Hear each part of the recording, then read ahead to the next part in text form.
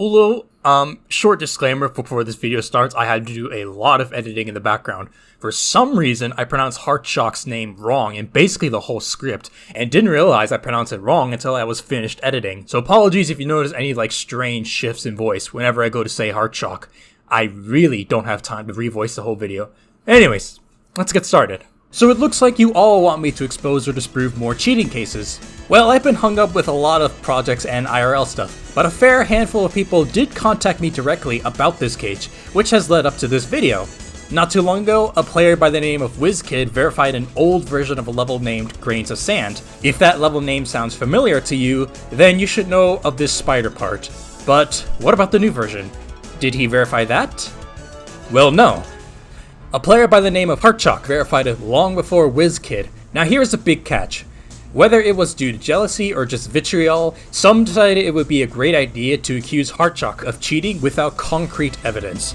So that's pretty nice. We're dealing with another Kermi case. Though, unlike that case, it'll be much easier for me to handle this case since both sides are English speakers, myself included. Despite neither side having concrete evidence, Harchok was pretty much left in the dirt and to rot as a legitimate player who is still accused of cheating to this day. That's where I come into play. We are going to return to my cheating series that I don't have a name of and disprove yet another case that people believe is a cheated case. Much like the previous videos, if someone is still not convinced even after watching this video, don't attack those particular people. Let them figure it out for themselves. The whole point of these videos is to spread awareness and give support to those who are being falsely accused.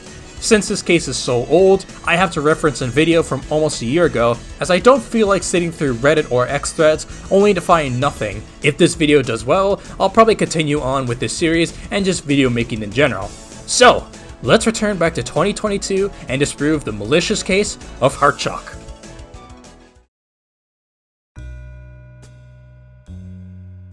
Before I get into the meat of this video, I should all give you the appetizer on what to expect. Not so much on what methods we have to use, but more so on what points we have to tackle. There are 5 main points I would like to tackle. Any other small points I may have missed or purposely left out, the end of this section to disprove them all. These 5 points in particular are: Harchok used cuts, there are click delays, the jump from supersonic is far too good, the attempt count is far too good, and Harchok has a cheating history. So let's cross off some bullet points. When it comes to cuts, a lot of people pointed at the spectrogram of the video. A spectrogram allows you to see the details of an audio to the finest bits, which would otherwise be invisible on a standard waveform. The biggest mistake people make here is that nobody considers the visual part of the video, and there's a big reason why it is a mistake. Yes, the random audio splicing on the black screen part of the video is a bit sus, but we have to consider the back end side. There are 2 theories I have for these splices. One is Harchok's old microphone, which, yes, he has a new one, has some sort of noise suppression built into it. Or Harchok is using a noise suppression software. Both lead to the same conclusion, in which white noise, normally present in the video, just cuts off. Actually, I want to pause this real quick, because apparently while just editing the video, I got confirmation that the original microphone did have noise suppression. So that confirms my theory, I guess.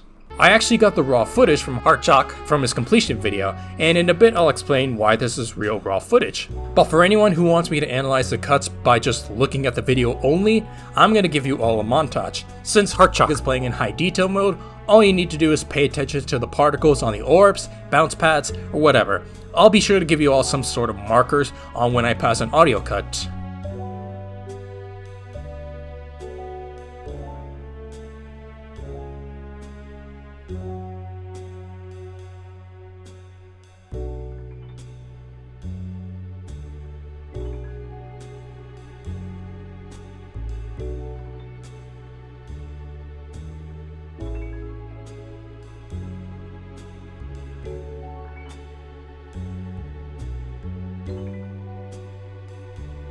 For the click delay, if you've been following my channel for some time, you'll know I use a trick called click variance, which I revealed all the way back in March of 2021 during the Kermi case. This trick was recently popularized by Zoe, who used this same trick to expose Space UK. To make this work consistently for me, we're going to take a noticeable click cue in the waveform and shift the graphical part of the video to where after that click happens, an input is registered after 2 frames. And then we'll look at the other clicks to see if they are in a consistent 1 to 2 or 1 to 3 frame range, or all over the place. To save you some time, the ranges I got were mainly a 1 to 2 frame range, but there were some inputs that happened spot on at the frame with an audio click. You might be asking why this is the case. Well, this is where the raw footage comes in. If you've watched my 2 Yasari and Disproval videos, the main reason I was able to destroy all of iRiley's claims was because the raw footage Yasarian sent me had something called a variable frame rate.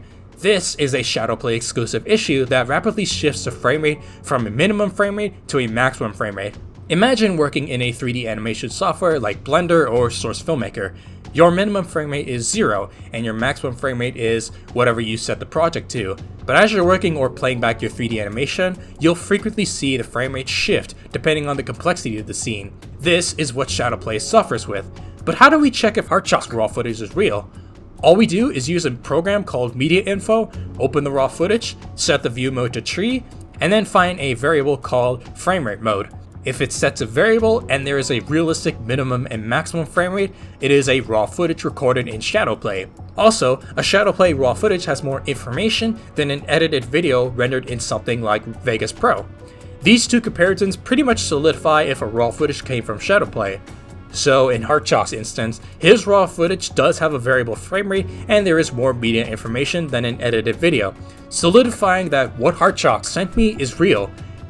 So yeah, the raw footage is real, which is why the click variance is inconsistent, and I don't think there's much debate on that. There is just one thing that Shadowplay creates, but if you can edit the file properties to just include that, but I'll mention it anyway in case anyone wants to point it out. I'll mention it anyway. Alright, we have our back-end evidence that Harchok is actually legitimate, but what about our moral and ethical evidence? How can we tackle the last 3 points? Well, honestly, this requires a lot of discussion, which I will go over in depth in a future video, but I'm gonna have to give these 3 points to a lot of past cases and personal testimonies. One of my personal experiences is a jump from Rebellion all the way up to Restrained Lineman. Now, why am I mentioning this?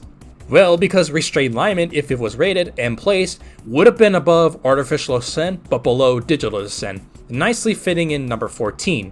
Of course, given I was such an unknown player, Restrained Lineman was never rated, but that's fine. My main point here is that if someone is dedicated enough, these jumps aren't too uncommon. So, the jump from Supersonic to Grains of Sand, which would have been also top 20, wouldn't be unusual. Since Harchok has grinded a lot on Grains of Sand, notably an older version, this basically means Harchok has spent a fair amount of time grinding Grains of Sand, which is why his attempt count is around 15,000 on the new version, which is low. Oh, and by the way, during Restrained Lineman, I only spent around 14,000 attempts verifying the level. And my upcoming achievement, Descended to Exile, I only have around 6,000 attempts from getting a run of 31 to 72%, which is already a good start for a top 65 demon in today's standards. Of course, for some reason there are people who don't like hearing about these jumps and often get jealous, or something like that, or even these low attempt counts, and that's understandable. But where the line is drawn is trying to push that mindset onto others and expose these players. This is certified douchebag behavior. Because of this, do I think this case had malicious intentions? Yes and no. Yes, I think it was malicious because Harchok had a cheating history, but no, because if you disregard all of that, it can boil down to a misjudgment.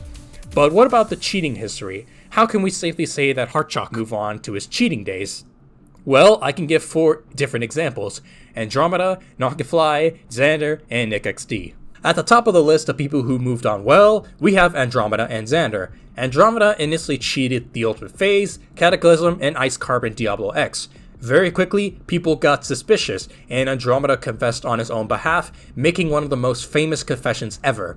He quickly moved on to different kinds of content, like the Impossible level showcases, and eventually fundraised for a 144Hz monitor to beat the 3 cheated achievements, and he successfully did it. Xander cheated Zodiac, but eventually confessed on his own behalf, which made Zodiac one of the 2 only top 1s to be unintentionally verified after the first victor came in. The other being Slaughterhouse, but Space UK is in the middle on the list, but that's a totally different topic. Similarly to Andromeda, Xander moved on to other demons that are still fairly hard, but not Zodiac hard.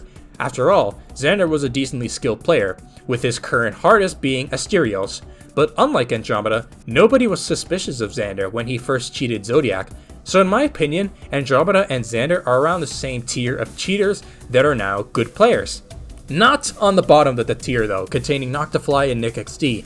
Noctifly pretty much cheated everything and stole Death Corridor from Kugelblitz. Everyone was so twisted to think Noctifly was legitimate and started harassing Kugelblitz for not verifying Death Corridor as fast as Noctifly. When exposed, Noctifly dragged this cheating case for as long as possible until he was finally backed into a corner where he finally confessed to all of his achievements and was removed from the top 1 leaderboard.